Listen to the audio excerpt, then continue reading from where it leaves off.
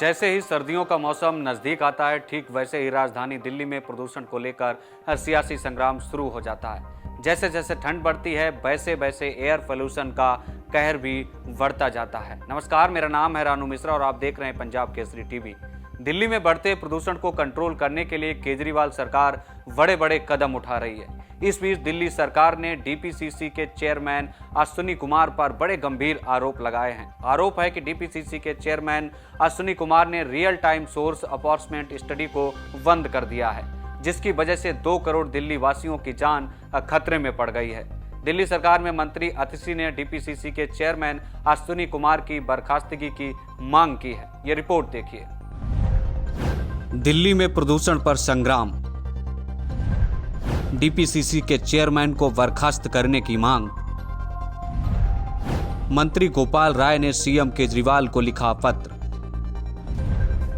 प्रदूषण को लेकर केंद्र नहीं है गंभीर। दिल्ली में धुंध का गुब्बार छाया हुआ है। लोगों की दिनचर्या पर बुरा असर पड़ रहा है। काम धंधे प्रभावित हो रहे हैं। दिल्ली और इसके आसपास के लोगों की सर्दियों के साथ ही बढ़ते एयर पोल्यूशन का भयावह कहर झेलना पड़ रहा है। लोगों ने मॉर्निंग वॉक पर निकलना बंद कर दिया है। प्रदूषण की स्थिति लगातार खराब हो रही है। दिल्ली वासियों की बढ़ती परेशानी को देखकर दिल्ली की आप सरकार काफी चिंतित नजर आ रही है। एक लंबे वक्त से सीएम अरविंद केजरीवाल के मार्गदर्शन में प्रदूषण से निपटने के लिए कई सराहनीय कार्य किए जा रहे हैं और अभी भी सरकार इसी जद्दोजहद में लगी हुई है।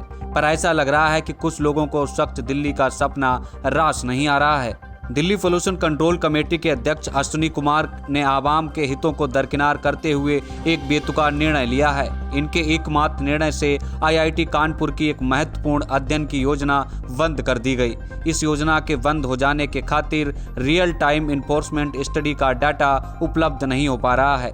इसी संवेदनशील मुद्दे पर आपने जनता के सामने कई बड़े खुलासे किए हैं।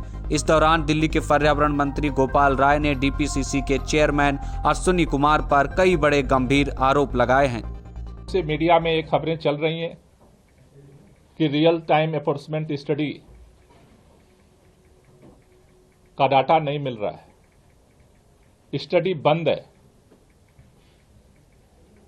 अब जब सर्दियों में सबसे ज्यादा उस डेटा की हमें जरूरत है, इस समय वो स्टडी जो है वो बंद कर दी गई।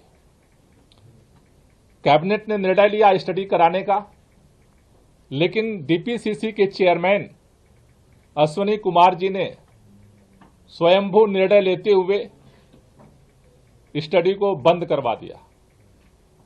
बिना मिनिस्टर के डिस्कशन के, बिना कैबिनेट के डिस्कशन के, बिना किसी निर्णय के कैबिनेट के फैसले को उन्होंने पलट दिया। और जब इस दिल्ली को सबसे ज्यादा जरूरत है इस समय कि उस साइंटिफिक एनालिसिस के आधार पर साइंटिफिक एक्शन को डिजाइन किया जाए, उस समय हमारे पास सोर्स उपलब्ध नहीं है। ये बहुत ही दुर्भाग्यपूर्ण है दिल्ली के लिए। बंद हुई आईआईटी कानपुर की महत्वपूर्ण अध्ययन योजना दिल्ली और एनसीआर के प्रदूषण स्रोतों को समझने और कम करने में महत्वपूर्ण मानी जाती थी। आम आदमी पार्टी का कहना है कि अश्विनी कुमार द्वारा अनुदान रोकने के निर्णय ने न केवल अध्ययन की वैज्ञानिकता को क्षत पहुंचाई, बल्कि दिल्ली के 2 करोड़ वासियों की सेहत को खतरे में डाल दिया। इस परिस्थिति में आम आदमी पार्टी ने अश्विनी कुमार को डीपीसीसी अध्यक्ष पद से तुरंत हटाने की मांग की है। गोपाल राय ने सीएम अरविंद केजरीवाल को पत्र लिखते हुए उनसे राष्ट्रीय राजधानी दिल्ली में प्रदूषण के प्रमुख स्रोतों का पता लगाने के लिए वास्तविक समय के आंकड़ों के आधार पर 12.7 करोड़ के अध्ययन पर रोक लगाने के लिए डीपीसीसी अध्यक्ष के खिलाफ अनुशासनात्मक कार्रवाई शुरू करने का आग्रह किया है। दिल्ली की शिक्षा मंत्री अतिशी का कहना है कि आईआईटी कानपुर की योजना दिल्ली के एयर पोल्यूशन को कम करने में काफी अहम भूमिका निभा रही थी और ऐसा दिल्ली के इतिहास में पहली बार आप सरकार कर रही थी। रोड डस्ट से होता है, कोई कहता है व्हीकलर पोल्यूशन से होता है, कोई कहता है पराली जलने से होता है, लेकिन कोई भी आधिकारिक डेटा मौजूद नहीं है जो ये बता पाता है कि कितना पोल्यूशन कौन से सोर्स से होता है। इससे समस्या क्या आती है? इससे समस्या ये आती है कि कोई भी पॉलिसी बनाई नहीं जा सकती इस पोल्यूशन को कम करने के लिए जब तक सरकार को पता ही नहीं है कि कौन सा पोल्यूशन का सोर्स कितना कंट्रीब्यूशन कर रहा है। इसी समस्या के समाधान के लिए, इसी बाधा को हटाने के लिए जुलाई 2021 में दिल्ली के कैबिनेट ने एक माइलस्टोन डिसीजन लिया कि हम दिल्ली में एक real time source apportionment study करेंगे, जिसका मतलब है रियल टाइम बेसिस पे कौन से एरिया में किस समय पर जो पोल्यूशन हो रहा है उसमें कौन सा सोर्स कितना कंट्रीब्यूट कर रहा है।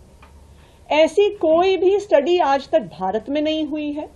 इनफैक्ट मुझे लगता है कि शायद ये ऐसी पहली स्टडी है जो पूरी दुनिया में हो रही है। आतिशी का कहना है कि केंद्र द्वारा नियंत्रित अधिकारी जन समर्थक कार्यों में हस्तक्षेप कर रहे हैं। बहरहाल मंत्री आतिशी के आरोप अपनी जगह हैं, पर ऐसा होना यकीनन दिल्ली की जनता के साथ बड़ा विश्वासघात करने जैसा है।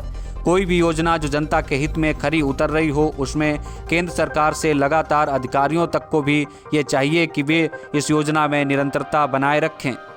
दरअसल केजरीवाल सरकार ने 2021 में अध्ययन प्रस्ताव को अनुमति दी थी और आईआईटी कानपुर के साथ 2022 के अक्टूबर में एक समझौता ज्ञापन पर हस्ताक्षर किए थे। इस अध्ययन प्रस्ताव पर करीब 12 करोड़ रुपए खर्च हो रहे थे।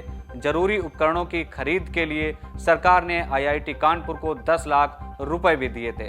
अश्विनी कुमार ने 18 अक्टूबर को आईआईटी कानपुर से बाकी पैसे जारी करने से रोकने के आदेश जारी कर दिए, जिसके बाद मामला गर्मा गया। बहरहाल आज की वीडियो में इतना ही। आप देखते रहिए पंजाब केसरी टीवी। नमस्कार। हमसे जुड़े रहने के लिए हमारे YouTube चैनल को सब्सक्राइब करें और नई वीडियो की नोटिफिकेशन के लिए बेल आइकॉन को दबाएं।